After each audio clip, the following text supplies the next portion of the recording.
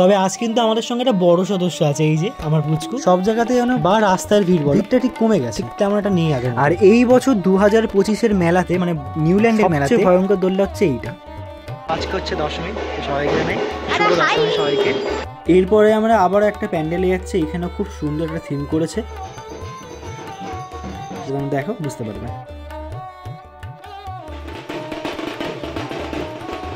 আমি একদম সত্যিই বলছি, ডলফিন গুলোকে দেখে মনে হচ্ছিল একদম রিয়েল। এই দিনটাতে এসে সত্যিই মনে হচ্ছে যে পুজোটা যেন কিভাবে কেটে গেল। আজকে দশমী, মানে মনেই হলো না যে দশমী গেল। আমরা চলে এলাম মিশরে, পিরামিডে ঢুকেও গেছি। পিরামিডে ঢুকে দেখি এখানে মমি নেই, মমি গায়ব। এখানে ভাসানো হয়ে যাচ্ছে, সেই জন্য মমি গায়েব হয়ে গেছে। পাকাপোক্ত বাড়ি তৈরি করতে গেলে কিন্তু একটা কাঠের প্রয়োজন পড়ে, কাঠ, লাই, ওই সবগুলো। আর ওইগুলো কিন্তু গাছ থেকে আসে। আর শুধু এটাই নয়, এটা ছাড়াও কিন্তু আমরা অনেকগুলোতে গাছ ব্যবহার। সবাই তো চাইছে উন্নয়ন করতে, কিন্তু আলটিমেটলি কি উন্নয়নটা হচ্ছে? কেমন লাগছে বলে এত বৃষ্টিতে আমরা ঠাকুর দেখছি? ভালো লাগছে। কেমন লাগছে বলো এত বৃষ্টিতে? বাবা কি যে বলবো, ভাগ্যিস এলাম, নাহলে এত সুন্দর প্যান্ডেল এবং ধুনুচি নাচ দুটোই মিস করে ফেলতাম।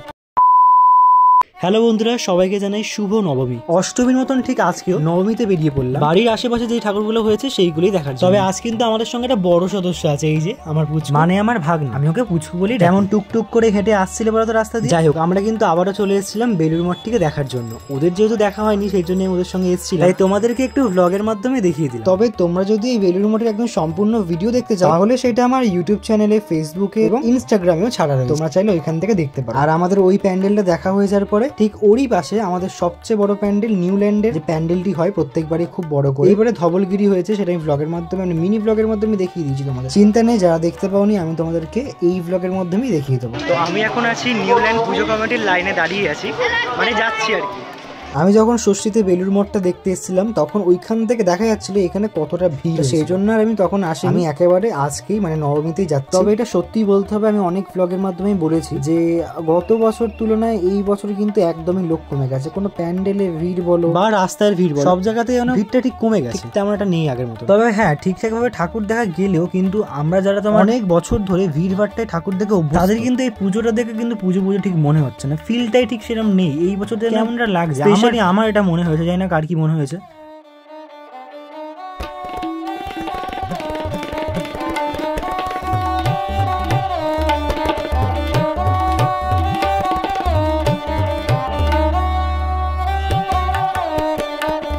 ঠাকুর আমরা দেখে নিয়েছি। তো এরপরে যেহেতু এই পুজো মণ্ডপটির একদমই সামনের মাঠটিতে অনেক বড় করে মেলা বসে, তো সেই জন্য প্রথমে চলে এলাম মেলাতে। এসেই প্রথমে ফুচকা খেয়ে নিলাম আর তারপরে আইসক্রিম। আর এই আইসক্রিমটা কিন্তু আমি প্রথমবার ট্রাই করছি। তোমরা কারা কারা আগে ট্রাই করেছো তোমরা কিন্তু কমেন্টে জানিয়ে দাও। আর এই বছর 2025-এর মেলাতে, মানে নিউল্যান্ডের মেলা, সবচেয়ে ভয়ঙ্কর দোলনা হচ্ছে এই। মানে আমি চড়েছি, কোনো হয়তো শেয়ার করা হয়নি, ভিডিওটা দেওয়া হয়নি, বাট সত্যিই বলছি যারা যারা চড়েছে তারা সত্যিই জানে যে কেমন ভয়ঙ্কর। এই দোলনায় ওঠার আগে অন্তত দুবার ভেবে তারপরে উঠো, আমি এটাই তোমাদের সবাইকে বলবো। আর যেহেতু মাঝে মাঝে বৃষ্টি নেমে যাচ্ছে, তো সেই জন্য এরকম অবস্থা রাস্তাগুলো, বুঝতেই পারছো পুরো কাদা চ্যাপচ্যাপ করছে। আর মেলাটা কিন্তু আমি তোমাদেরকে মোটামুটি ঘুরিয়ে দেখালাম। এই মেলাটা থাকবে কালী পুজোর জাস্ট কিছুদিন আগে। আর এই দোলনাটা কিন্তু এই বছরে একদমই নতুন। দেখে যেটুকু মনে হচ্ছে তেমন একটা ভয়ঙ্কর, কারণ আমি দেখলাম অনেক বাচ্চারাও এখানে উঠছে। এইভাবে আমি আমার নবমীটা শেষ করলাম। দেখা হবে দশমীতে আবার। আজকে হচ্ছে দশমী, সবাইকে জানাই শুভ দশমী সবাইকে। বড়দের জানাই প্রণাম, ছোটদের অনেক ভালোবাসা। আজকে মানে প্রত্যেকবারের মতন কি আজকেও ভিডিও করেছি আমরা, মানে আমরা কি আমাদের ফ্যামিলি মিলে আমরা যাবো ঠাকুর দেখতে। অনেক ঠাকুর হয়ে জানো। তো টোটো দিকে রেডি হচ্ছে, চলো টোটো রেডি। আমরা টোটোতে উঠে পড়লাম। আর তোমরা ভালো করে জানো রাস্তার পাশে অনেক ভালো ভালো প্যান্ডেল, রাস্তা দিয়ে ঠাকুরগুলো খুব ভালো করে দেখা যায়।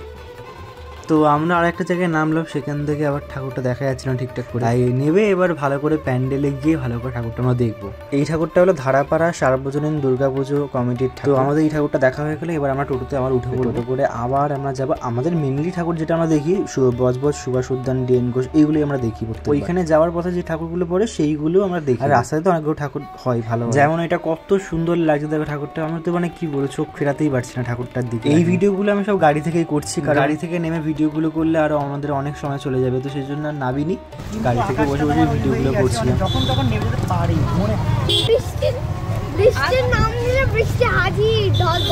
তো আমরা চলে এলাম আবার একটা প্যান্ডেল। আর এখানে কিন্তু প্রত্যেক বছর ভালো ভালো থিম। এই পুজো মণ্ডপটির নামটা আমি ঠিক জানি না, তো দেখি যদি কোথাও লেখা থাকে তোমাদেরকে শেয়ার করবো, তোমাদেরকে বলবো আমি। এইখানে একটা শিব মন্দির করা হয়েছে, তো এইটুকু বুঝতে পারছি, কিন্তু কি কোথাকার শিব মন্দির আমি জানি না, কিছু মনে করো না তোমরা যদি কেউ চিনে থাকো বা জেনে থাকো তাহলে তোমরা কমেন্টে জানাতেই পারো। এখানে আমার সবচেয়ে বেশি ভালো লাগলো ফ্রন্ট এরিয়াতে যে ঠাকুরেরগুলোর ইয়েগুলো কনসেপ্টটা করেছে, বেশ ভালো লাগছে। আর এই পাতাটা অনেক কষ্ট করে বানাতে হয়, জানি না এটা আর্টিফিশিয়াল নাকি সত্যি এটা পাতা আমি জানি না, এবার সত্যি যদি হয় অনেক তাহলে খেটেছে, বোঝাই যাচ্ছে সেটা।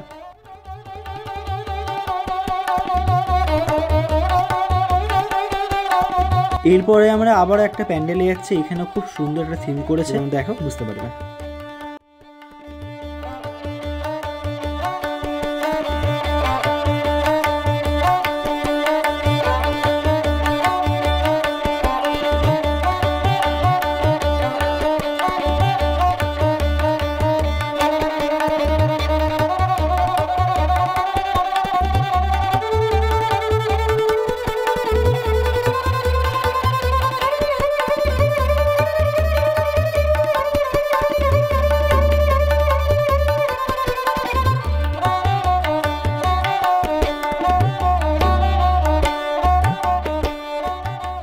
ওই পুজো প্যান্ডেল থেকে আমার দিদি একটা ঠাকুরের ফুল নিল ঘর থেকে, এটাই মাথার মধ্যে ঠেকালো সবার।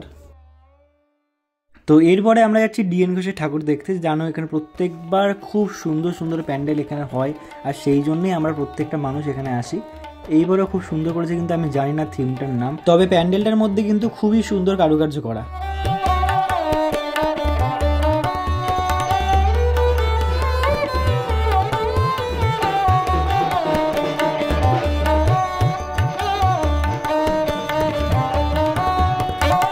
এইবার আমরা যে প্যান্ডেলটা আছি সেটা হচ্ছে মনসাতলা, তো চলো তোমাদেরকে ঘুরিয়ে দেখ।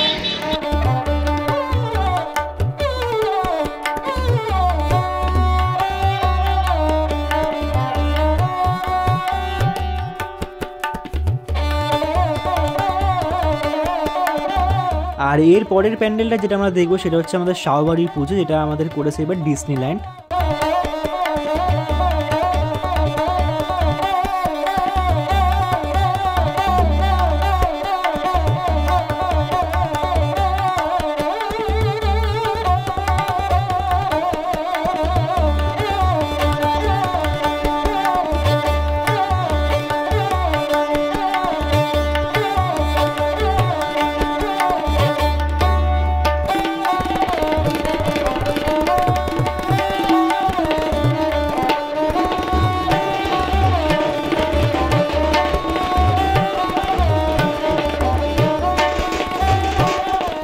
এরপর যাচ্ছি অন্য একটা প্যান্ডেলে। এখানে প্যান্ডেলের থিমটা সত্যি ইউনিক ছিল। মূল কনসেপ্টটা হচ্ছে আদিম মানুষ থেকে মানুষ হয়েছে, মানুষ হওয়ার পর যে আরো অনেক কিছুই করেছে ভালো ভালো, তো সেইগুলোকে এখানে ফুটিয়ে তোলা হয়েছে। ভিডিওটা পুরোপুরি দেখলে তোমরা বুঝতে পারবে।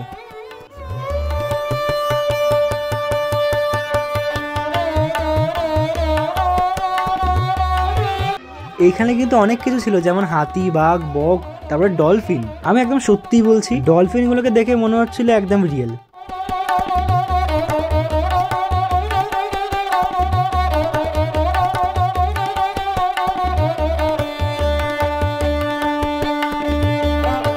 ওইখান থেকে বেরিয়ে পড়লাম মিশরে যাওয়ার জন্য। আরে ভেবো না সত্যি মিশরে যাচ্ছি, প্যান্ডেলটা মিশরের করেছে। তবে তার আগে কিন্তু আমাদের রাস্তাতে অনেক ঠাকুর দেখা হয়ে গেল। যতই হোক ভুলে গেলে তো চলবে না, আজ তো দশমী, তাই না? এই দিনটাতে এসে সত্যিই মনে হচ্ছে যে পুজোটা যেন কিভাবে কেটে গেল। আজকে দশমী, মানে মনেই হলো না যে দশমী গেল বা পুজো হলো বলেও সেরকম ঠিক মনে হলো না। জানি না এটা আমার একার হয়েছে নাকি আরো আমার মতন আরো অনেকেরই আছে এরকম মনে হয়েছে। তবে আমার এই বছর কিন্তু সত্যি কথা বলতে জাস্ট মনেই হলো না যে পুজো হলো বা কিছু বা মজা হলো, কিছুই মনে হলো না। একে তো এই পুজোর মাত্র 5টা দিন থাকে। হ্যাঁ বলবো না এই বছর 5টা দিন ছিল, এই বছর তো মহালয়া থেকেই স্টার্ট হয়ে গেছে পুজোর ঠাকুর দেখা। আমি দেখেছি, যদিও আমি যাইনি, আমি সোশ্যাল মিডিয়ায় দেখেছি অনেকে মহালয়া থেকে স্টার্ট করে দিয়েছে। আমার তো শুরু হয়েছে সপ্তমী না অষ্টমী থেকে স্টার্ট হয়েছে আমার, আর সপ্তমী সকালে গিয়েছিলাম, ওইটাই বলতে গেলে সপ্তমী থেকে স্টার্ট হয়েছে। আমরা চলে এলাম মিশরে, আর পিরামিডে ঢুকেও গেছি। পিরামিডে ঢুকে দেখি এখানে মমি নেই, মমি গায়েব। যাই হোক এখানে ভাসান হয়ে যাচ্ছে, সেই জন্য মমি গায়েব হয়ে গেছে। আর দেখো না এত নাচানাচি করছে, ঠাকুরটা কি সুন্দর হয়েছে। আর এই ঠাকুরটা কিন্তু দেখতেও একদমই আলাদা ধরনের, যেমন ইজিপ্টি দরকার তো সেরকমই ছিল আর কি। আর তারপরেই চলে গেলাম আমার সবচেয়ে পছন্দের একটা প্যান্ডেল। এই প্যান্ডেলটায় মানে গাছের উপস্থিতিটাকে বুঝিয়েছে। আমাদের প্রত্যেকটা কাজেই প্রায় বেশিরভাগ গাছের কাঠ দিয়ে তৈরি, তো সেইটাকে এখানে বোঝানো হয়েছে। একটা পাকাপোক্ত বাড়ি তৈরি করতে গেলে কিন্তু একটা কাঠের প্রয়োজন পড়ে, কাঠ, প্লাই, ওইসব, আর ওইগুলো কিন্তু গাছ থেকে আসে।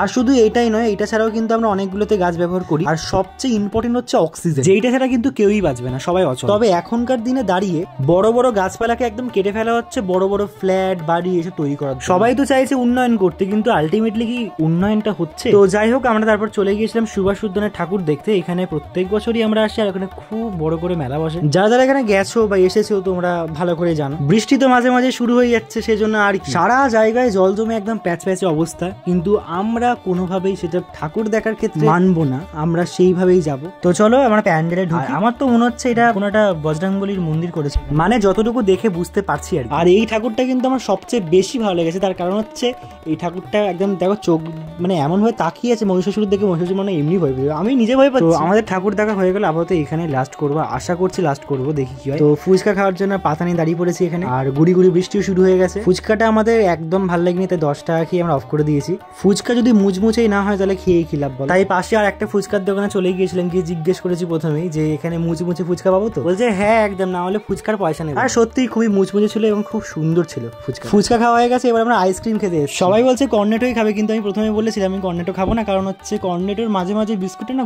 নরম নরম থাকে। তবে আরো সবার জন্য যখন কর্নেটো করে আমি নিচ্ছিলাম, হাতে দিচ্ছিলাম, তখন দেখলাম না কর্নেটো ভালোই আছে, তো আমি নিই। আর ভাগনা তো কর্নেটো নেয়নি, বাটারস্কচের কাপ নিয়েছে। এতক্ষণ তো গুড়ি গুড়ি বৃষ্টি পড়ছিল, তখন নর্মালি ছিল, কিন্তু যেই জোরে নেমেছে তখন ওই আমার সবাই মিলে ভাবা হচ্ছে কোথায় যাবো। এখন হচ্ছে প্যান্ডেলে যাওয়ার পর বলছে যে না এখানেই দাঁড়িয়ে পড়া। তো আমরা আবার এই দিকটা ঘুরে ঢুকে দাঁড়ালাম, নাহলে ওই জায়গাটা দাঁড়ালে পুরো ভিজে যেত, মানে ভিজে যেতাম আর কি। কেমন লাগছে বলে এত বৃষ্টিতে আমরা ঠাকুর দেখছি? বেশ ভালো লাগছে, ভালো। তো যাই হোক, যখন আমি আইসক্রিমটা পেয়ে গেছি তখন দেরি কেন করবো, এখানে গলে যাবে, তো খেয়ে নিই। কেমন লাগছে বলো এত বৃষ্টিতে? বাবা কি যে বলবো, ধারণার বাইরে এত বৃষ্টি। সুভাষ উদ্যান মাঠে এসে আমরা একটা আইসক্রিমের দোকানে এখানে আমরা দাঁড়িয়ে আছি, অদ্ভুত এত জোরে বৃষ্টি হচ্ছে, আবার যাচ্ছে। তো দেখতেই পেলে বৃষ্টিটা কেমন হলো। তারপরে একটু যখন হালকা কমেছে তখন আমরা গুটি গুটি পায়ে বেরিয়ে পড়লাম। আমার বেরিয়ে পড়বো কি, যেখানে এমন কাদা না, মানে পা পুরো ঢুকে যাচ্ছে। আর দেখতেই পাচ্ছি লাইট ফাইট পুরো অফ করে দিয়েছে প্যান্ডেলটার ভিতরে, যা লাইট জ্বলছে আর কি, কারণ প্রচন্ড জোরে বৃষ্টি হচ্ছে, ওতে শর্ট সার্কিট হয়ে যাবে। যা হোক করে ওখান থেকে বেরিয়ে পড়লাম, বেরিয়ে পড়ে টোটোতে বসে পড়ছি। এই টোটো কিন্তু পুরো ভিজে গেছে, আমরা কিন্তু ভেজা সিটের মধ্যেই বসেছি, কারণ এত জোরে বৃষ্টি হয়েছে। প্লাস্টিক গুলো মানে টোটোর মধ্যে ফেলেছিল হয়তো, তারপরে ভিজে গেছে। যখন আমরা ঠাকুর দেখে ফিরছি না তখন মনে হচ্ছে সত্যিই আজকে দশমী, কারণ এতটাই শান্ত হয়ে গেছে পরিবেশটা, তার মধ্যে বৃষ্টি হয়েছে, পরিষ্কার হচ্ছে, রাস্তাটা চকচক করছে, রাস্তায় তেমন একটা লোক। অনেকটা লেট হয়ে গেছিল বলে ভেবেছিলাম এখানে আমি আসবো, যার টোটো করে আমরা এসছি সেই রাস্তায় ঢুকে গেছে প্রথমে। তো চলো তো ঠাকুরটা দেখেই নি, যখন একবার এসে গেছি রাস্তার মধ্যে। ভাগ্যিস এলাম, না হলে এত সুন্দর প্যান্ডেল এবং ধুনুচি নাচ দুটোই মিস করে ফেলতাম। ইচ্ছা তো আছে পুজোর আগে, মানে 2026-এর পুজোর আগে ভালো করে প্র্যাকটিস করে নেবো, তারপরে পুজোর সময় কোনো একটা প্যান্ডেলে এই নাচটা করব। আর যেটা হচ্ছে সেটা কিন্তু একটা কম্পিটিশন। তো যাই হোক, এটাই হচ্ছে আমাদের 2025-এর লাস্ট ঠাকুর দেখা। তা তোমাদের এই ব্লগটা কেমন লাগলো অবশ্যই কিন্তু কমেন্টে জানিও। ভালো লাগলে অবশ্যই লাইক কমেন্ট শেয়ার এবং সাবস্ক্রাইব করে বেল আইকনটা অল করতে একদম ভুলো না। দেখা হবে খুব তাড়াতাড়ি নতুন একটা ভিডিও নিয়ে। নমস্কার।